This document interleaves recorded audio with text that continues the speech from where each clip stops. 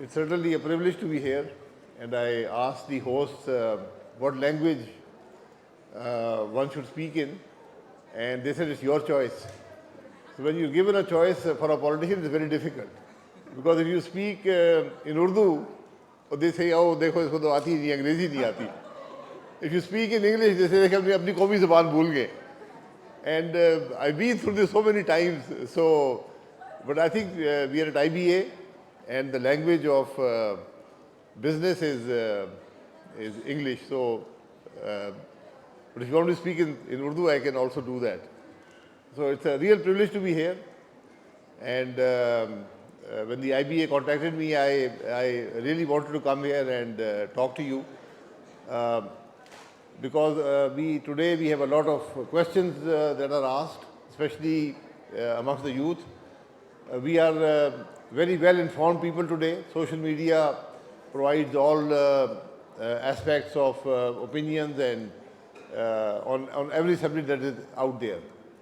And while it has many positive impacts, it also has many negatives associated with it. So I'll just start with what everybody is thinking. Before we came here, we were sitting in a smaller room, and the young people there asked questions which are very, very relevant. So I told them that every question is basically that what should the youth of Pakistan aspire to? What do they have, what do they lack, and what the future direction will be? I have a lot of optimism for Pakistan, basically because of our youth. We are a country which has the biggest, probably the biggest youth bulge in the world. Almost 2/3 of the people in Pakistan are below or close to 30 years of age. That can be our biggest asset, and it can also be our biggest liability. So what do the youth want? While you have your rights, you also have your responsibilities. So what is the responsibility of the government? The government must provide fundamental rights to all its citizens, especially the youth, because they're much better informed today. They know what their rights are. They know what the Constitution is. So that's primary. People ask me, how will the economy grow? The economy needs certain fundamentals. Number one, you must have rule of law in the country. Number two, you must have political stability in the country. And these things come together and they give you an economy that is growing and an economy that will provide for its citizens. It's very basic. There's no rocket science, there's no miracle solutions. Rule of law, political stability, and you'll have an economy. If either of these is lacking, you will not have an economy that caters to its youth. Then the youth will look for opportunities wherever they lie. If they lie in the Middle East, they will go to the Middle East.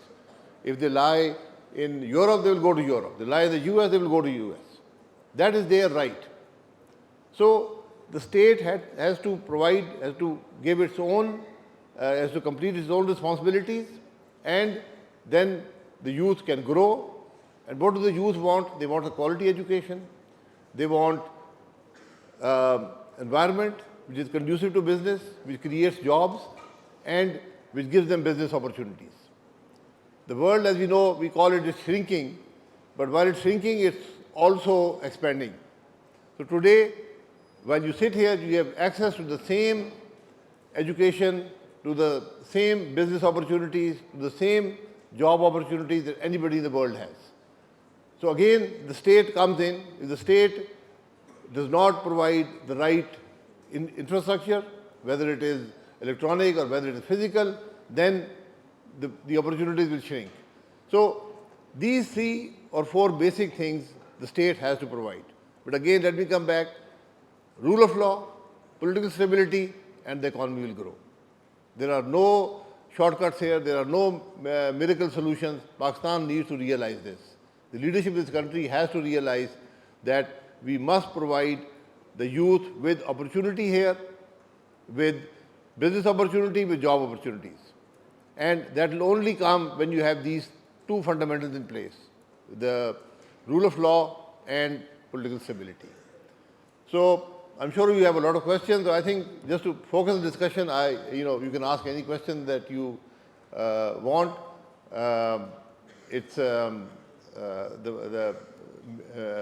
The model UN is a very fine institution. I think it gives people a lot of opportunity.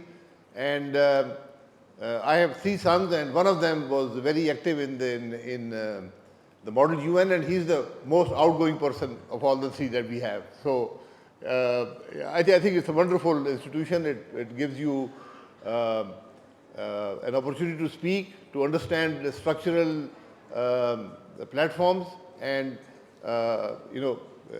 it's definitely a good part of education. Thank you very much. So please go ahead. Any question that you may have.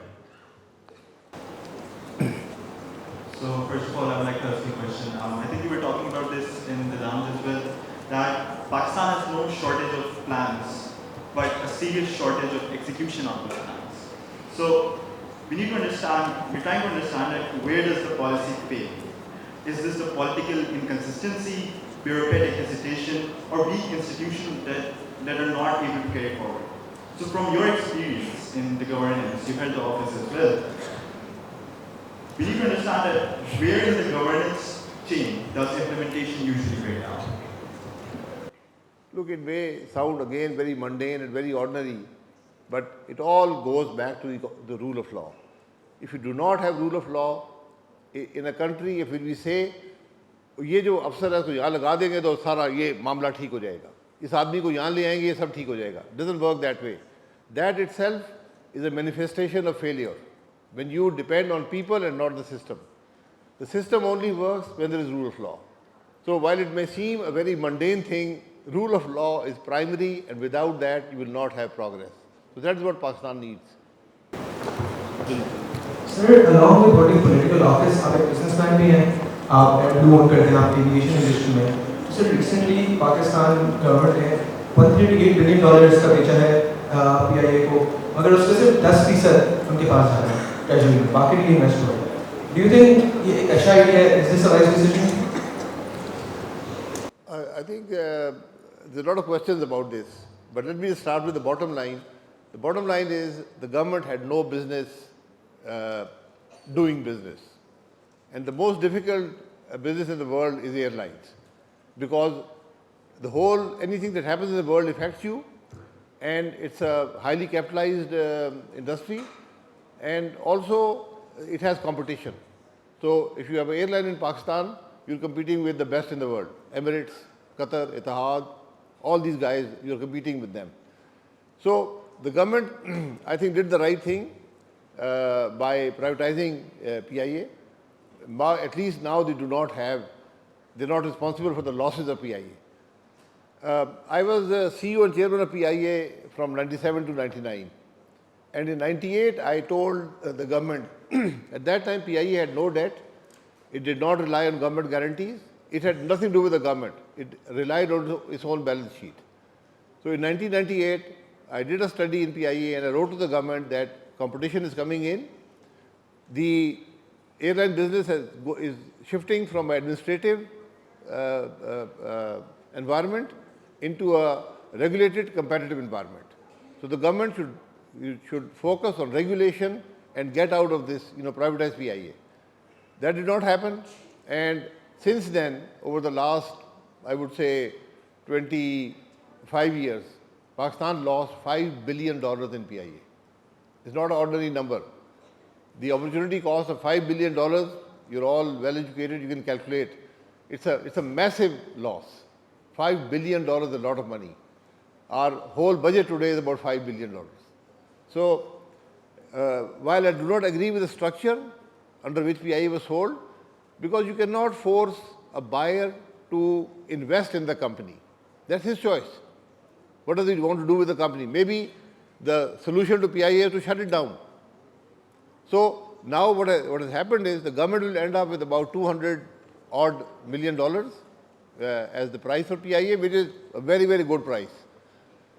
But the buyers will also be forced to invest about $500 $50 million or something into the company. So they have to inject that into the company before they get the shareholding. Now, what do you do with that money? So that money will be stuck. And the reality is, if you give me $50 million, I'll give you, in 6 months, a company bigger than PIA. So PIA is an archaic, it's an old institution. When airlines were about airplanes and flying, PIA was a great company. It was an administrative situation. Now, airlines are not about airplanes. Airplanes, anybody can fly and maintain them. It's about the system that you have, is how you sell your tickets, what service do you provide, and what your market niche is. So I think what has happened is very good for PIA, is good for the government, but I don't think it's very good for the investors. I think they have been forced to put too much money into PIA. Anyway, at least, the government of Pakistan, the taxpayer, will not be losing money. Right, so coming back to politics. So as you talk about Pakistan's political culture, do you think it's structured to reward performance and measurable results in governance, or does it primarily reward political survival and short-term positioning? Look, at the end of the day, what is politics? Politics is about contribution. What can you do? What can you give? It's not about taking something. So in today's world, to be able to contribute in politics, you must have 3 basic fundamentals in your own self. Because politics is very individualized. It's about leadership, it's about people. Number 1, you must have an education. Not just a degree, an education. Number 2, you must have life experience. You must have held a job, you must have done something in life, you must have run a business or have a profession. So you must have life experience. You should know how the world operates. The third thing is, you must go through the political mill. That you go, whatever level you come into politics, you must learn there and grow. So here people get elected today because of a family structure or because of a political structure. They get this opportunity to get elected, and the next day they want to be a minister. They have no idea how the government operates, so they cannot contribute.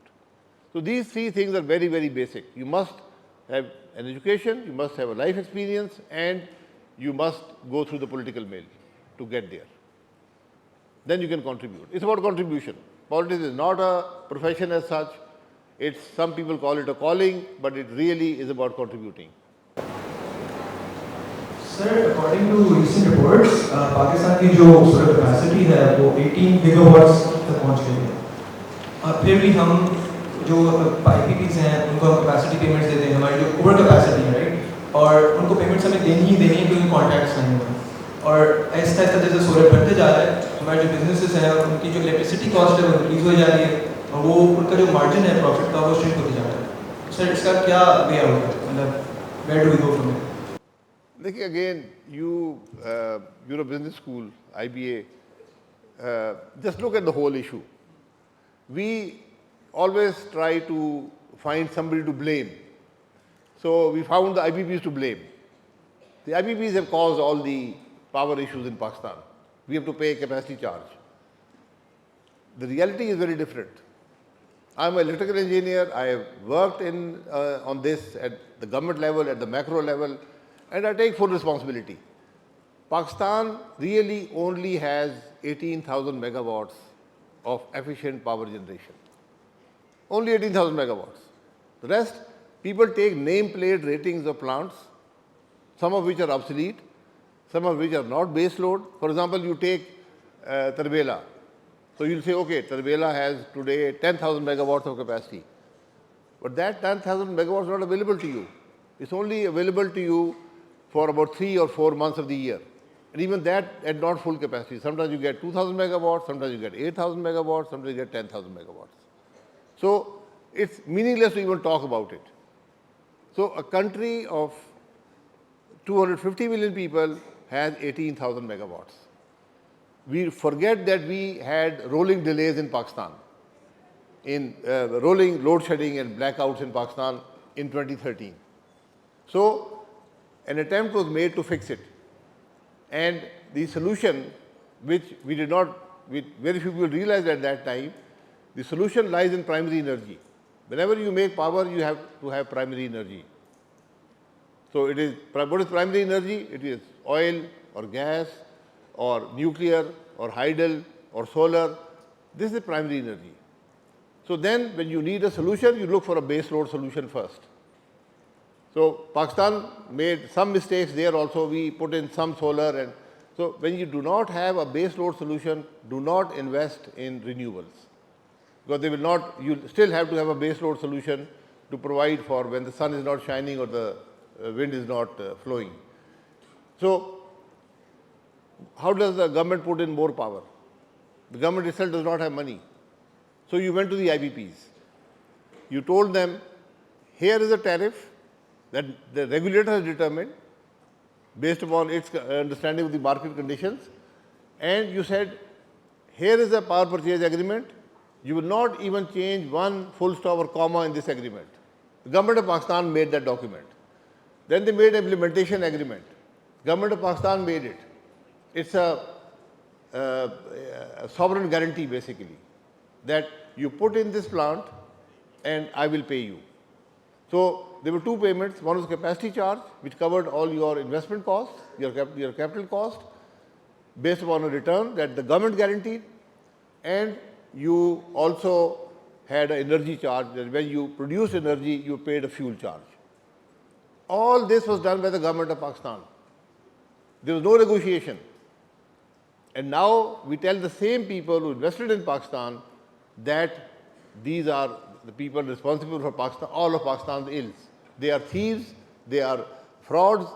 This is what we call the people who invested in Pakistan at the call of the government of Pakistan. Where was the failure? The failure was that we did not have price discovery. So whenever you do something like this, you have an upfront tariff initially. For the first few plants, you have upfront tariff. The government determines, the regulator determines the tariff, that this is what we will pay you as a capacity charge, and this is what we will pay you as a fuel charge. But once you have the confidence of the people, the investor in the system, then you go through a bid process to establish the pricing. The tariff, after the first few plants, should have come through a bid process. That let the people bid. This is what the capacity charge I want, and this is the fuel charge that I will provide to you. So that we did not do. For almost 3.5 decades, we continued with the tariff system, the upfront tariff system that we had. And I'll give you a small example. In 2016, the government itself, for the first time, invested in 4 plants. And NEPRA gave a tariff that was based upon $1.1 million per megawatt of capital cost. So I was responsible for that. I went back to NEPRA. I said, look, this cost is too high. The market has really gone down. So with great reluctance, they cut that down to 950 million, 0.95 million per megawatt. Again, I said, it's still too high. But they didn't agree. Anyway, the final, when we put in the plant, in the government sector, through a bid process, our capital cost was 0.749, $0.75 million per megawatt. So if we had gone with the upfront tariff provided by NEPRA, we would have paid capacity charges on $1.1 million per megawatt. We ended up paying at 0.74. So those 4 plants today, on a per megawatt installed capacity basis, have the cheapest, have the lowest capacity charge in Pakistan, which is done by the government itself. So if you really ask me one thing, in Pakistan the regulator has failed. We have failed to make this transition from being an owner to a regulator. Wherever you go, our State Bank of Pakistan was one of the best state banks in the world, very well respected. Now it is not. So even there the regulation is failing. The SECB is failing to do its business. The NEPRA is failing. OGRA is failing. Civil aviation. So the job of a regulator is to protect the interest of the consumer, but also provide a conducive investment environment. We are failing in that whole thing.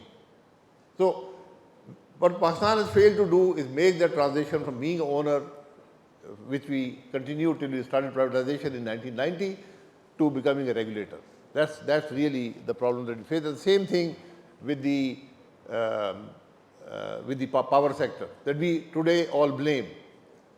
What happened to the power sector was that the economy tanked. When you invest in power, you can't, wait for the demand to develop and then you invest in power. You must have power available before demand will build up and before investment will come. So, in 2013, Pakistan was producing and using 90 billion kilowatt hours per year. And they came from different sources. When new power was put in, this went up to 145 billion kilowatt hours per year. It is consumed in Pakistan, produced and consumed, 145. So almost 65% demand went up in Pakistan. It was suppressed demand. Then we did not develop the economy, so the demand dropped to 115 billion kilowatt hours per year. Now, when you spread the capacity charges over a lower kilowatt hour base that is being used, the cost will go up. When the cost went up, the private sector, because they have to be competitive, they started putting in efficient solutions.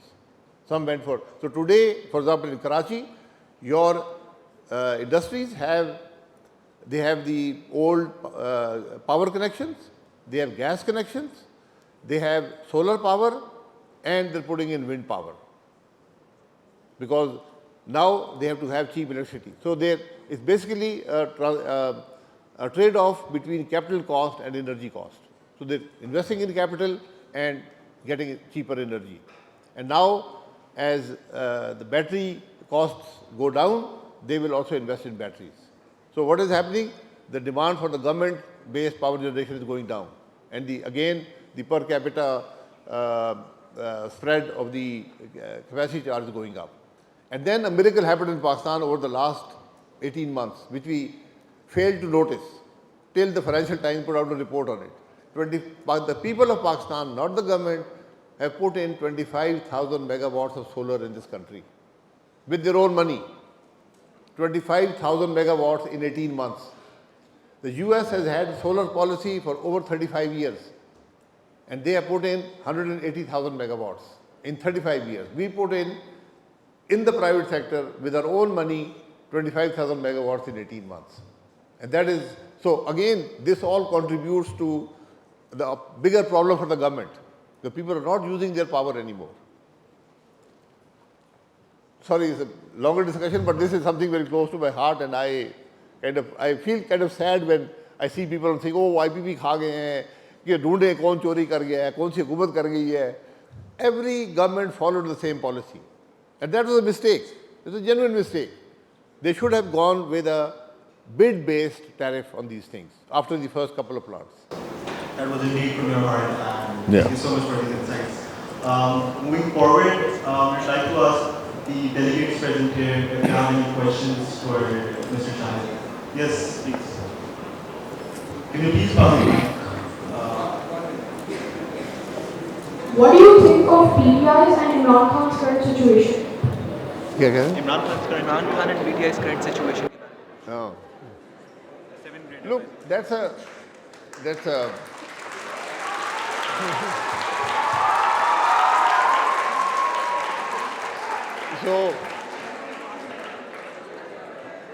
So I think you have the answer.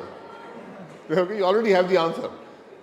Look, political leaders promise and they also have to deliver. So Imran Khan had promised. In my opinion, he failed to deliver.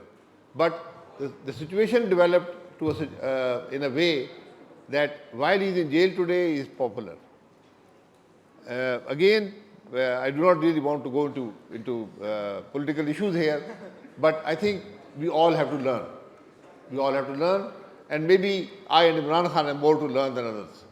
We have to learn from our own experiences. Again, it's about contribution. What can Imran Khan or me or somebody else contribute for Pakistan? That should be primary in our. He has popular appeal, but popular appeal only goes so far. Can you please pass the mic to the guy? So my question relates to your time as a part of the senior financial leadership for the PIA. So my question is, during the 90s and especially as you said, you addressed Pakistan government in 1998. Later on, when you saw the privatization take place of the industry as a whole and the introduction of private actors such as Shahid and such, I want to know how did you feel when you saw, was it writing on the wall? How did the PI administration feel when they saw how the government was deregulation of the airline industry as a whole? How was writing on the wall? Did the government sort of understand what was happening in PIA and what was the feeling within PIA itself? Yeah, it's a very valid question. Again, when you live in a non-competitive, non-market environment, it's very easy to progress. It's an administrative issue. How you fly the airplane, you don't really worry about efficiency. So in 1998, Emirates started to become a player. So the issues of PIA did not come from the local airlines. They were much smaller than PIA, they were not very efficient. The problems of PIA, which I foresaw at that time, was that the competition from the Gulf states will come. And in 1998, PIA for the first time crossed $1 billion of revenues. Emirates at that time was $850 million of revenues. But they had grown from 0 to 850 in less than 2 years. And we had taken 50 years to go from 0 to $1 billion. Today, last year, Emirates profits were $6 billion. PIA revenue was $500 million. So you see what happened. Because in the government sector, it's very difficult to take decisions. Airlines require decision making very fast and very market based. The government is not built to do that. So PIA, as I told you, lost $5 billion. So that's the issue. So now at least the government will not lose money. And the private sector can also grow. Because when you're a private sector player, airline in Pakistan, we were dealing with a competitor which is losing money on every seat. How do you compete with that? Just examine that you have a superstore here and and losing money on everything that they sell. And you have a small store next door, how will you make money? So while this privatization is good for PIA, it's also good for the industry as a whole. Mr. Abbasi, Pakistan recently signed on the Global Board of Peace led by President Donald J. Trump, with a membership fee of $1 billion annually,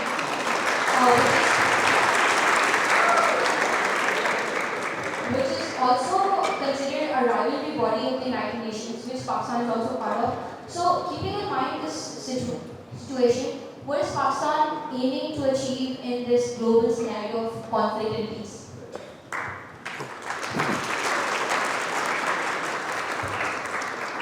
I think Pakistan went there with good intentions to help the Palestinians, which we should. But the reality is that the Board of Peace, which is advocated or sponsored by the biggest superpower in the world, the US, which has a very radical leader today. So what does the Board of Peace really mean? I don't understand. I really don't. But 35 countries signed off on it. So Pakistan probably thought they had no choice and they also signed off on it. Now we have heard that they will ask for $1 billion in donation before you become a permanent member. So I think it's an attempt on President Trump's side to create an alternate to the UN, because the US, the big powers, have always felt that the UN, especially the General Assembly, is a hindrance for them. Because the General Assembly, it's one vote per nation. In the Security Council, it's different. They have veto powers. So, but the public opinion in the General Assembly is generally always against the big powers. So I think it's an attempt to control that. So Pakistan should focus on what it can do for the Palestinians. Now the $1 billion issue is, we are always looking for money, and when you have a population of 250 million, $1 billion should not be difficult, because if all of us gave $4 each, Pakistan will have $1 billion. but that's not the way it works. So I think Pakistan needs to be very careful. We Palestinians have suffered a lot. Nobody is talking of the suffering of the Palestinians at this forum. That's what I have questions about. They have suffered this. In modern days, modern times, 2 wars have happened. Both have happened against Muslims. Number one, in Bosnia, terrible massacres. Same thing in Gaza. In front of the whole world, the Israelis killed about 150 people every day. They attacked schools, they attacked hospitals with the best weaponry in the world. And the world kept silent. Now they want to have a board of peace. Peace for what? You are the ones who caused the problem. So you create the peace. Now they expect us to create peace. They expect us, Pakistan, to maybe help disarm Hamas. Who will guarantee to Hamas that if they disarm, how will they protect themselves tomorrow? So these are very, very basic questions. I think Pakistan, as a large Muslim country, as part of this, really needs to be very careful about how it operates there. What if you get overruled by the other countries and they have a policy which goes against the Palestinians? What will you do? So a lot of questions there. It's a remarkable shift in how the international world operates now. So Pakistan has to be, maybe it considers itself to be part of it, but it needs to tread very carefully. Ji, up there, with the red tie, yeah.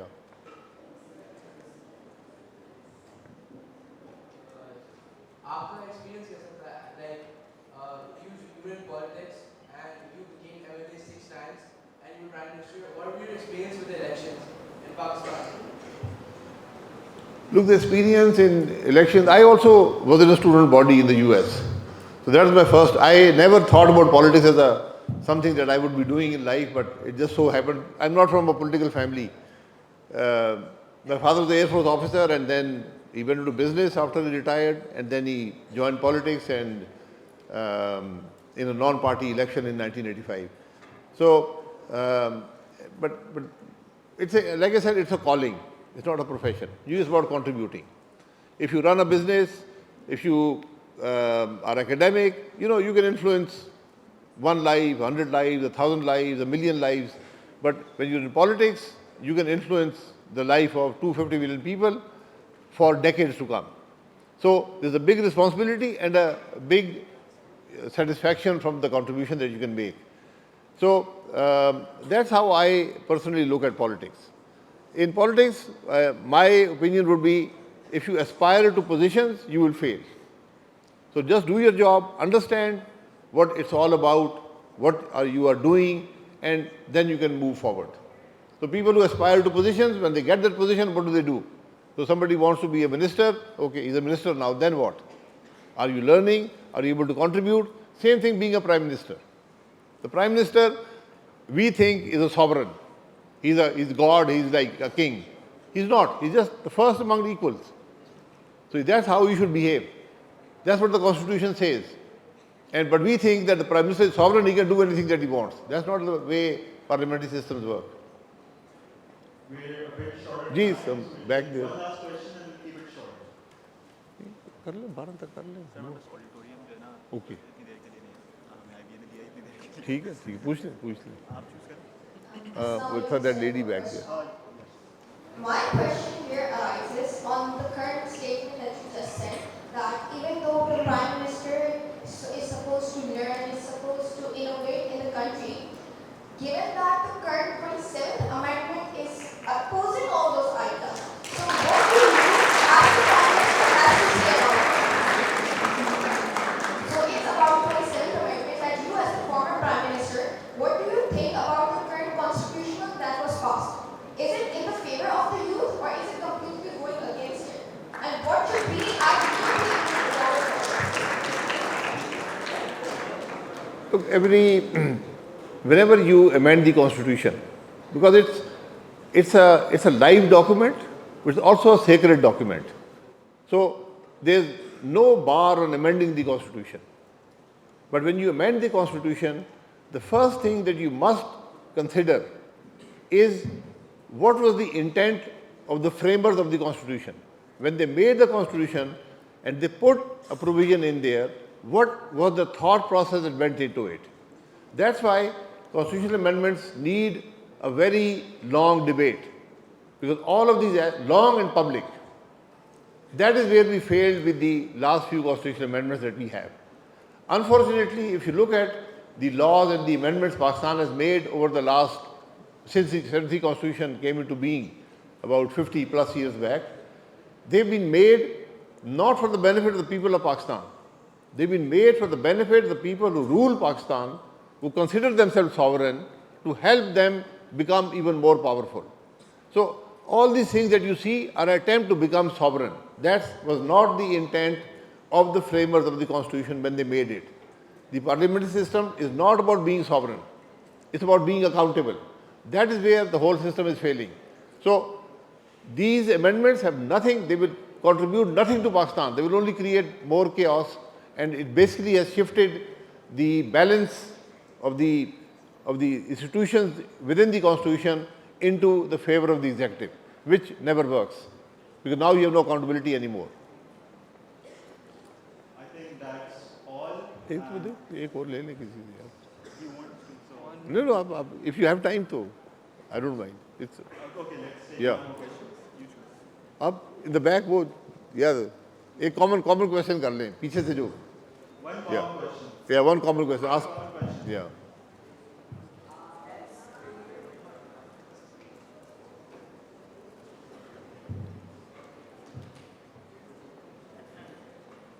As both a politician and a statesman, do you believe that pursuing any sort of business while being in office is truly wise? Speaking from your experience as both chairman of Pakistan Airlines as well as supposedly the owner of Airline, do you truly think that it's best for politicians who are in power or politicians who are and not in office currently to be pursuing businesses simultaneously at the same time? Okay, no, thank you. I think that's a very valid question, and it's a lot of people have that in their mind, but nobody asks the question. So I have no claim to be a statesman. Yeah. So that's number one. Number two, while you're in office, you should not be doing business, because there's always, especially in Pakistan, there's always a conflict. So you need to avoid that conflict. While it's your right to do business, you need to avoid situations where you're able to benefit from being in office. It's a very delicate balance there. It's a very fine line. If you ask me personally, I ran PIA. I had no business at that time. Then I was defeated in the military government in 2002 in the elections, so again through the same process that you see, the Form 47 process. And when I was a free man, I was not in politics, I was not in government, I started Air Blue from a piece of paper. I wrote a business plan, I raised money, and the company started. And I ran the company for 10 years. Then in 2013, I had to come back into government. So I resigned from my position. I also left the board of Air Blue. It's a public limited company. So whenever you are in that situation, have transparency. So public limited company, people can look at the accounts, people can see who's taking money or not taking money, who's making money, what are the dividends, all that is visible. So that's how I personally approached it. Unfortunately, in Pakistan, there is great opportunity to make money while you're in politics. Just because of the mere fact that you're able to influence policy or decision making becomes more easier for you. So one has to be very careful on that, and I think that's something that we have totally lacked, and that's where people have a lot of suspicion of politicians. And the basic question, in my opinion, we talk about assets and all that, don't talk about assets. Talk about expenditures. So if I have an expenditure, whether I'm a politician or not, I must have an income. When I have an income, there's a partner in my income. It's called the government of Pakistan. You must pay taxes. So you want to question a politician, ask him, here are your electricity bills. Here I see your expenditure. You move around with 6, 8 vehicles. Where does the money come from to sustain your lifestyle? If you have that money, there should be an income. If you have that income, you must be paying taxes. And the politicians are the only people whose tax records are public or used to be public till a month back. And if you look at the taxes paid by the politicians, they do not, in I would say 99% of cases, justify their lifestyle. They cannot. And that is why now they want to hide that, and that's very, very wrong. So if you are imposing taxes on others and you are not paying taxes, you cannot justify your lifestyle, I think that's a massive failure. And that's why politicians are not respected in Pakistan, and that's why they're not able to contribute. Because if you are stealing taxes from the people of Pakistan, you do not have a right to be in that position.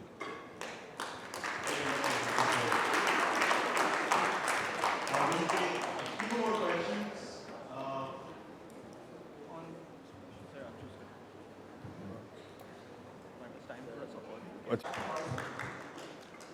Look, when the party structures become strong, then they're able to counter this need for money in politics. Because then they're able to provide you a platform which gives you enough votes to win. Just being a young person is not the only qualification to be in politics. Like I told you earlier, you must have those other three factors working for you before you go into politics. So you can start learning at the, let's say, the MUN level, then you can move on to a party structure and go there. Unfortunately, family structures are a part of the system in Pakistan, in most developing countries, and even in the developed world. But again, just being the son or daughter of a politician who is successful, who is in power, is not enough. You must have those three issues I talked about. You must have education, you must have life experience, and you must be able to go through the political mill. So if you show me one example of success of a hereditary politician, I'll show you 100 examples of people who failed. So even that system really does not work. It does give you a stepping stone, which the other person may not have, but it's not a guarantee for success. Sir, I'd like to ask about the recent tragedy about Gul Plaza. What are your thoughts? What are your thoughts about the alleged allegations of the You're talking about the Gul Plaza incident. What are your thoughts on the Gul Plaza incident? The Gul Plaza incident has happened, but I can tell you there's at least 5,000 Gul Plazas out there. So fix them. When you have buildings, there are departments whose job is to manage and control the building laws. Where are they? Why are they not doing anything? So Gul Plaza has happened. Learn from the experience of Gul Plaza. Compensate the people who lost their lives, lost their businesses, lost their jobs. Compensate them. But the biggest lesson is to learn from that experience. What happened there? Why did it happen? Why were the exits blocked? Why were people, they had blocked taken away, the building laws were not being followed. That's what one needs to look at, how you need to look at it. It's not a political issue. All three governments start blaming each other, the federal, the provincial, and the local government. That's not how we should approach issues. Learn from this experience, fix the other thousands of buildings out there which have exactly the same problem. And not just business buildings. Go look at the apartment complexes. Most of Karachi lives in apartment complexes. Go and examine your own apartment complex. Does it have exits? Are they available to the people? Do the people know where the exits are? So all this is part of modern life. The problems are also part of modern life. Disasters will happen, accidents will happen, but if you have enough laws in place and you are regulating them properly, then you are able to counter them. We could not understand the question. Maybe a bit louder. So I would just say, there is a trend, I've noticed, not always, but usually, the main position in Pakistan, like ministers, prime ministers, they're usually from Punjab. So why is that? Why are the prime ministers and the biggest ministers of Pakistan are from Punjab? From Punjab. Yeah. Punjab is almost 2/3 of the population of Pakistan. There's a disparity there. So it can only be through a process of reduction that 2/3 of the ministers or prime minister or whatever will come from that province. But if you really look at the people who became prime ministers in Pakistan, the majority of them came from other provinces. So I don't think it's ever a consideration that a Punjabi should be Prime Minister or somebody else should not be a Prime Minister. But it just so happens that if Punjab-based party, which has a stronger base there, is able to come into power, you will end up with a Punjabi Prime Minister. So I think we should talk about Pakistan and not Punjab. I think it's never a consideration, really. Two more questions. Sir, Sir, I Ji. also have a question about Karachi. Sir, as you know, the previous incident of the manhole incident of the child and then the Toll Plaza incident, sir, when Karachi is giving this much to the country and then creating this in return, like the fire brigade, sir, we have that in a very big building. It was the main area of the Karachi, the southern area. And then at that time, the fire brigades didn't reach at that time. Sir, isn't it unfair for Karachi? I want to know your opinions on it. That's the opinion of Karachi, like why does Karachi suffer the most and contribute the most to the economy? Yeah. Unfortunately, what area contributes to the economy is not reflected in its constitutional right to the funds. The divisible pool in Pakistan, from which the provinces derive most of their income, is based upon the NFC award, which is based upon the population of that particular province. So the money is given to the province based upon its population. That's where the problem in Sindh comes.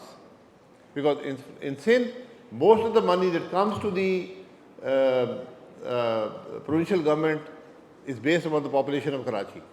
So it is responsible on the government to spend a proportionate amount, if not the whole amount, based upon the population of that area. That has not been happening. That's where the problem is. So Karachi today suffers from basically investment by the government of Sindh. I think they need to seriously look at addressing the problems of Karachi, using the money that they get from the federal government based upon the population of Karachi. So the basics, you need to have parity across the province based upon the money that you have, and that's where the Karachi has been suffering.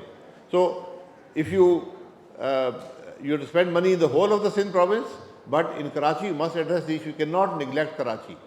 That's where, and whatever forums I had available, I've always been saying this. For example, water. Water is a basic right.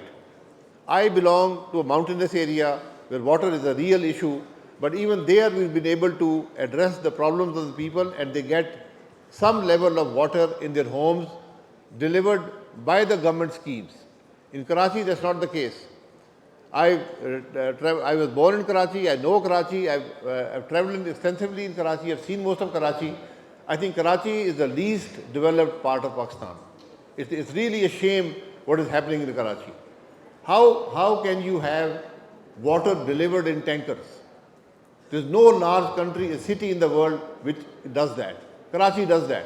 The majority of the water is delivered in tankers. So whatever water that you have used diesel fuel to deliver it to you. It is just why can you not put in pipes? It does not mean there's a water shortage. The water is available. It's just that it does not come in pipelines, it comes in tankers. How does that happen? That's a political failure. That is basic corruption. That has to end. In fact, they have these things called hydrants here. I thought the hydrants were pulling water out of the ground. But that's not the case. The hydrants are connected to the water lines. They're pulling water from the water lines and selling it to people with money and delivered in tankers. Does the government not see that? Can anybody fix it? It's a very, very basic issue. And it continues for decades, and people have become billionaires having fire hydrants and the trucking mafia. This is a real mafia operation. Why is nobody fixing it? I do not understand.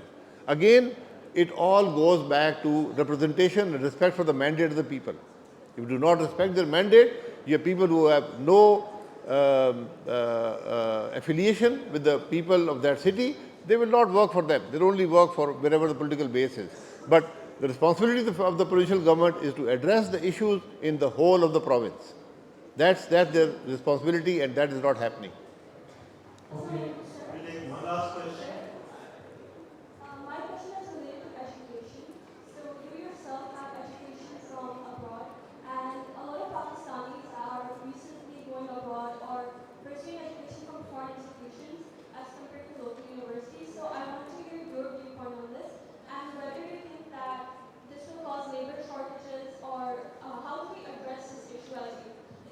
worth it still stay in Pakistan to study?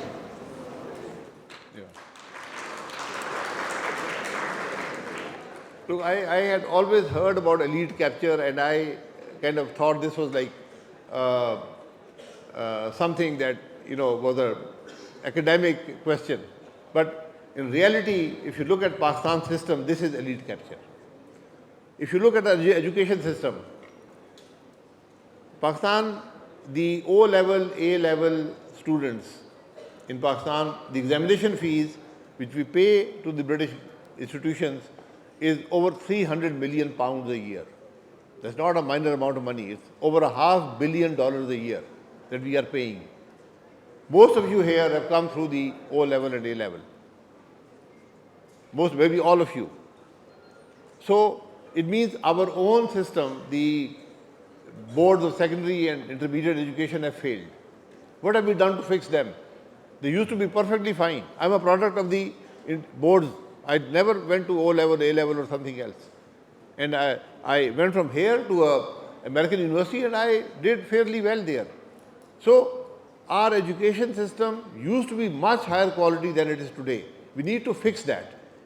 And to fix an education system, all governments concentrate on the syllabus. You cannot invent new maths. You cannot invent new sciences. They are there. There's empirical evidence. So what do you need to do? You need to fix the examination system. What Pakistan desperately needs today is one examination system for the whole of Pakistan. One examination system. How does the whole US system operate? On one basic exam, which is 8th class English and 8th class math with a time pressure called the SATs. If they are able to run their whole higher education system based upon that single exam, why can't Pakistan do it? Every third city in Pakistan has a board, and every board is more corrupt than the others. There's examination mafia, there are people. So the regulation, what does the board do? It regulates education. They have failed. And we close our eyes to this. And that's something we need to desperately fix. India does not allow it. India is a much bigger country than us. They do not allow O-level and A-level. One system of education. And the education system always gravitates towards what the examination system is. And that's where we are failing. ये बेटा आप एक खातून भी आप जी ये बेटा अस्सलाम वालेकुम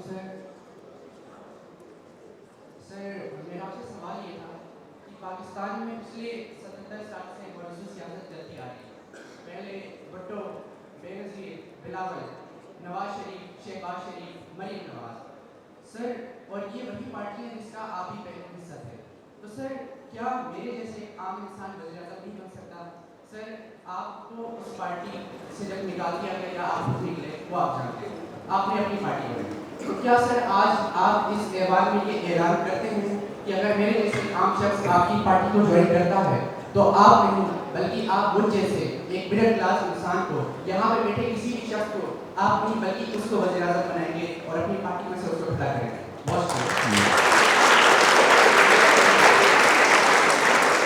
देखिए इसके इन चीज़ों के जवाब बड़े आसान होते हैं हाँ जी मैं ज़रूर करूँगा जी आप फिक्र नहीं करें लेकिन आप उसको हमने और ये कोई क्रेडिट की बात नहीं है but this is very basic हमने अपने पार्टी की कॉन्स्टिट्यूशन में लिख दिया कि कोई शख्स भी 2 टर्म से ज़्यादा नहीं रहेगा और किसी जो पार्टी में ऑफिस होल्डर होगा उसके किसी बेटे बेटी किसी को पार्टी का टिकट नहीं मिलेगा सो मैंने बताया कि ये जो मरूसी सियासत है ये इसको आप बैन नहीं कर सकते ये हक है कि लेकिन क्या मरूसी सियासत कामयाब होती है ये पॉलिटिकल लीडरशिप की जिम्मेदारी होती है कि अगर मैं एक पॉलिटिकल लीडर हूँ चाहे MNA हूँ वज़ीर हूँ पार्टी में कोई सीनियर पोजीशन रखता हूँ तो मैं ये देखूँ कि भाई मैं मुल्क की सियासत में कोई अपने बेटे बेटी को आगे करके कंट्रीब्यूट कर रहा हूँ या बदनामी हो रही है पूरे निज़ाम की तो ये जिम्मेदारी का काम है अब आपके बहुत से लोग जो मिडिल क्लास से भी आते हैं they come into politics they do well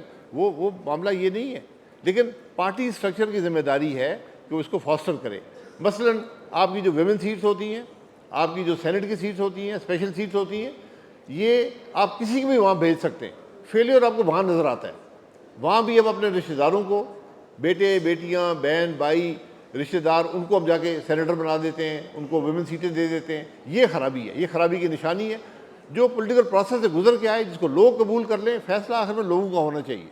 लोग नहीं पसंद करेंगे, मरूसी सियासत को ख़त्म हो जाएगी, लेकिन लोगों को मौका तो दें ना। आप इलेक्शन अगर चोरी होंगे मुल्क के अंदर, इलेक्शन में अवाम का मैंडेट की रिस्पेक्ट नहीं होगी, तो फिर ये खराबियाँ पैदा होंगी। As a good politician and a known businessman of Pakistan, what would be the key line you would like to give us as the youth of future, the future of Pakistan? No, we have to believe in the future of Pakistan. I started with that the youth of Pakistan, which are 2/3 of Pakistan, can be our biggest asset or our biggest liability. We have to make it our biggest asset. The youth are our biggest asset. 1.5 billion people left Pakistan last year. It's a shame. But they are the people who are contributing to make Pakistan work today. They're sending money back home. They're earning abroad, sending money. And that is what Pakistan lives on. All of us live on that money. The government of Pakistan lives on that money. All of us, whatever we produce, we export is 30 billion. The remittances are over 40 billion.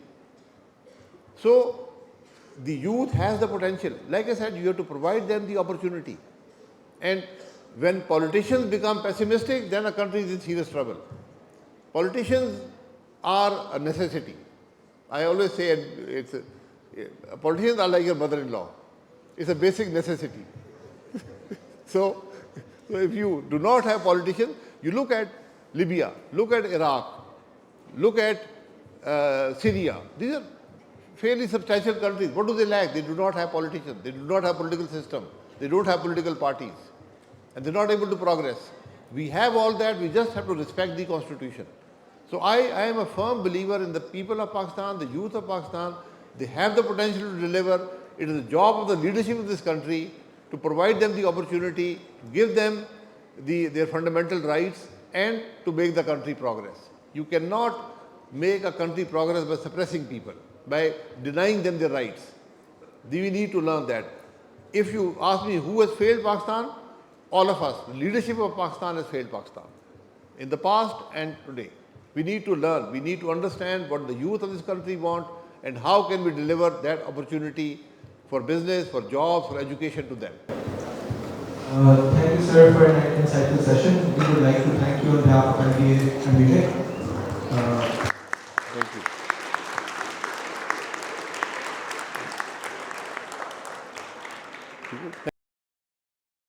अवाम पाकिस्तान बदलेंगे निज़ाम।